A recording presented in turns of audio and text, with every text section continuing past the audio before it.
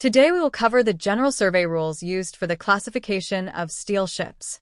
It covers survey notations, survey intervals, access and safety requirements, corrosion assessment standards, repair criteria, and the overall framework that classification societies use to maintain the seaworthiness and safety of ships throughout their operational life. The objective is to understand how periodic surveys are structured, how different survey types interact within a vessel's life cycle, and how survey findings influence continued class certification. Overview.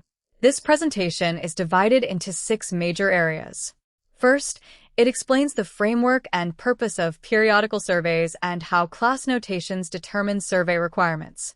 Second, it discusses survey intervals for hull, machinery, docking, shafting, boilers, and additional class notations.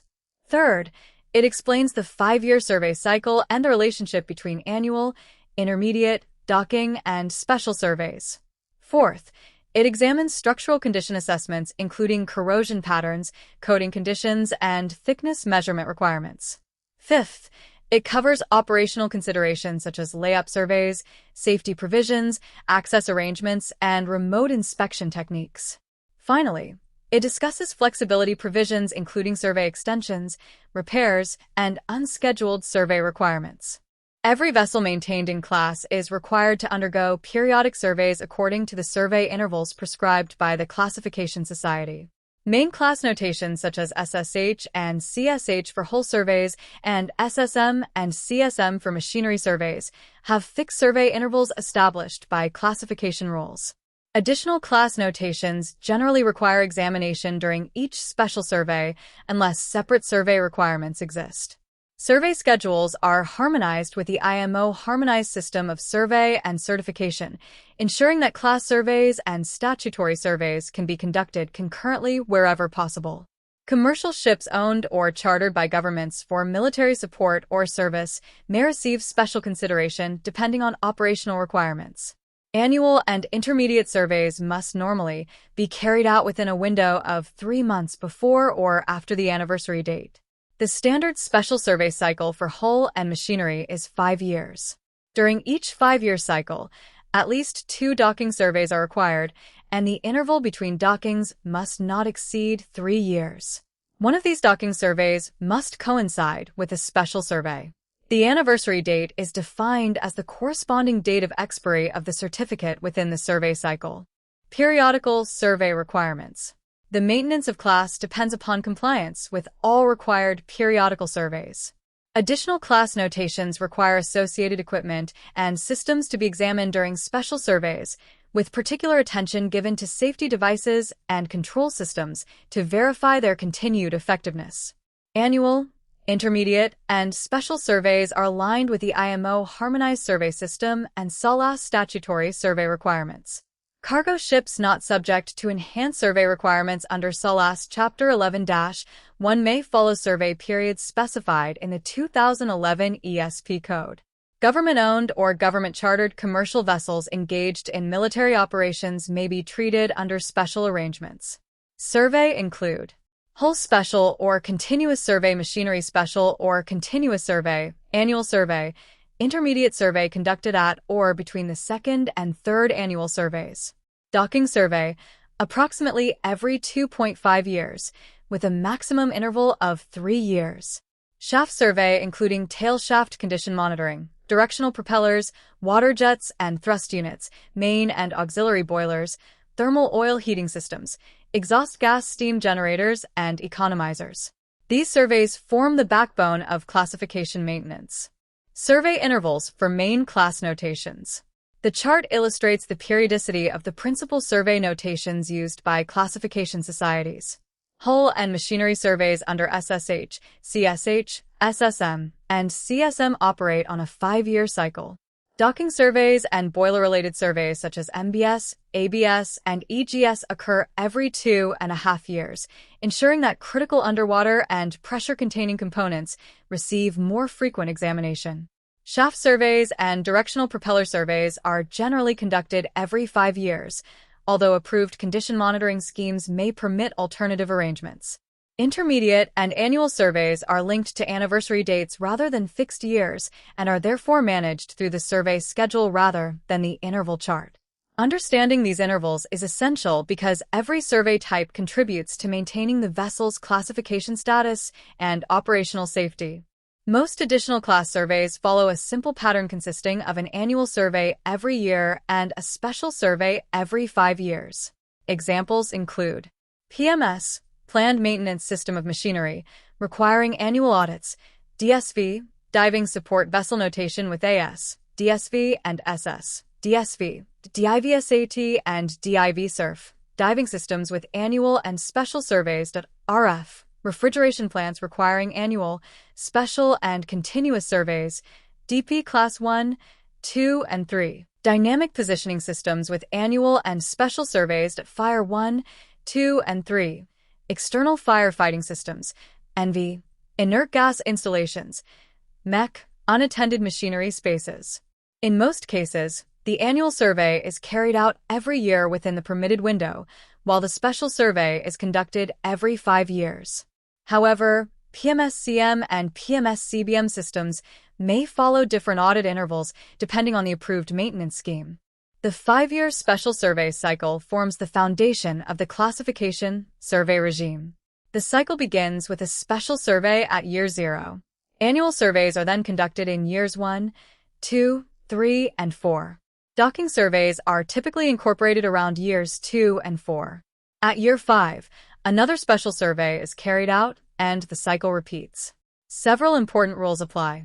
At least 2 docking surveys are required during each 5-year cycle. The interval between consecutive dockings must not exceed 3 years. 1 docking survey must coincide with a special survey. For certain vessels operating exclusively in freshwater, only 1 docking survey may be required up to special survey no. For provided the interval remains within 5 years, equivalent underwater inspections may be accepted by class in lieu of dry docking when approved procedures are followed. This structured cycle ensures continuous monitoring of both underwater and above-water structural conditions. Surveyors pay particular attention to 3 common corrosion patterns because each has different implications for structural integrity. Pitting corrosion. Pitting corrosion consists of localized corrosion spots or areas where material loss exceeds the surrounding general corrosion. These pits can become stress concentration points and may significantly reduce structural strength if allowed to develop. Edge corrosion. Edge corrosion occurs at free edges of plates, stiffeners, primary supporting members, and around structural openings. Because edges are often more exposed to moisture and coating damage, deterioration can progress rapidly. Grooving corrosion. Grooving corrosion appears adjacent to weld joints, along abutting stiffeners, and at plate seams or butt connections. Since it develops near critical structural connections, it can seriously affect load carrying capacity. Correct identification of these corrosion mechanisms is essential for determining repair requirements and survey extent. The condition of protective coatings directly affects the extent of survey and thickness measurement requirements. Good condition. Only minor spot rusting is present. The coating remains effective and deterioration is minimal. Fair condition. Local breakdown occurs at edges or weld connections, or light rusting affects 20% or more of the area under consideration, but the condition has not yet reached the poor category. Poor condition. General coating breakdown affects 20% or more of the area, or hard scale is present on 10% or more of the area being examined. The coating grade is a key factor in determining whether close-up surveys and additional thickness measurements are required. Laid-up vessels. Classification requirements differ depending on whether a vessel is in hot layup or cold layup. Hot layup. Hot layup typically lasts up to 12 months. The vessel remains non-operational, but certain machinery systems are kept running to permit rapid reactivation. Reactivation surveys include examinations of the hull, deck fittings, safety systems, and steering gear. Any overdue periodical surveys must also be completed before returning to service. Cold layup. Cold layup generally exceeds 12 months. Machinery is fully shut down and cannot be returned to service immediately. Survey requirements are determined on a case-by-case basis by the Classification Society. At a minimum, Sea trials are required to verify machinery performance before reactivation. Owners must notify the Classification Society before layup and submit a maintenance program for approval. Annual layup surveys are conducted to verify continued compliance. Provision for surveys. Surveyors must be able to access all areas requiring examination safely and effectively. Accepted means of access include permanent staging and passages, temporary staging and passages, hydraulic access equipment such as cherry pickers and lifts, portable ladders, UE of inflatable rafts, remote inspection techniques including remote operating vehicles, drones, robotic arms, and specialized robots. Essential safety equipment includes explosimeters, oxygen meters, breathing apparatus, lifelines, riding belts, whistles, helmets, gloves, and safety footwear. For remote inspection techniques, the process involves submission of an inspection plan for class approval, a pre-inspection meeting involving the thickness gauging technician, owner representative, and attending surveyor, conducting the inspection using approved service suppliers while maintaining adequate cleanliness and visibility, reporting findings with two-way communication, and carrying out confirmatory close-up surveys or thickness measurements where required. These requirements ensure both safety and reliability of survey results. Extension of special surveys. Classification societies may grant extensions to special surveys under exceptional circumstances. The standard extension period is a maximum of 3 months and is granted only upon recommendation by the attending surveyor. Before an extension can be approved, the annual survey must be completed. Existing conditions of class must be re-examined. An underwater examination must be carried out if a docking survey becomes due before the extension expires.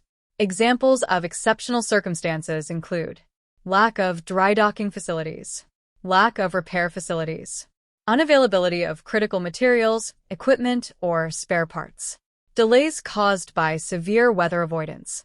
Force majeure situations may also justify extensions, including ship damage, governmental restrictions preventing attendance by class surveyors, port delays caused by weather, strikes, or civil unrest, acts of war or similar extraordinary circumstances. These provisions provide operational flexibility while maintaining safety standards. The classification survey system is built around a disciplined inspection regime that protects both the vessel and its class status. Hull and machinery special surveys operate on a 5-year cycle and are supported by annual, intermediate, and docking surveys. Most additional class notations follow a similar annual and 5-year survey pattern. The extent of structural examination depends heavily on corrosion type, coating condition, and thickness measurement results. Remote inspection techniques can replace traditional close-up surveys when approved procedures and acceptance criteria are met.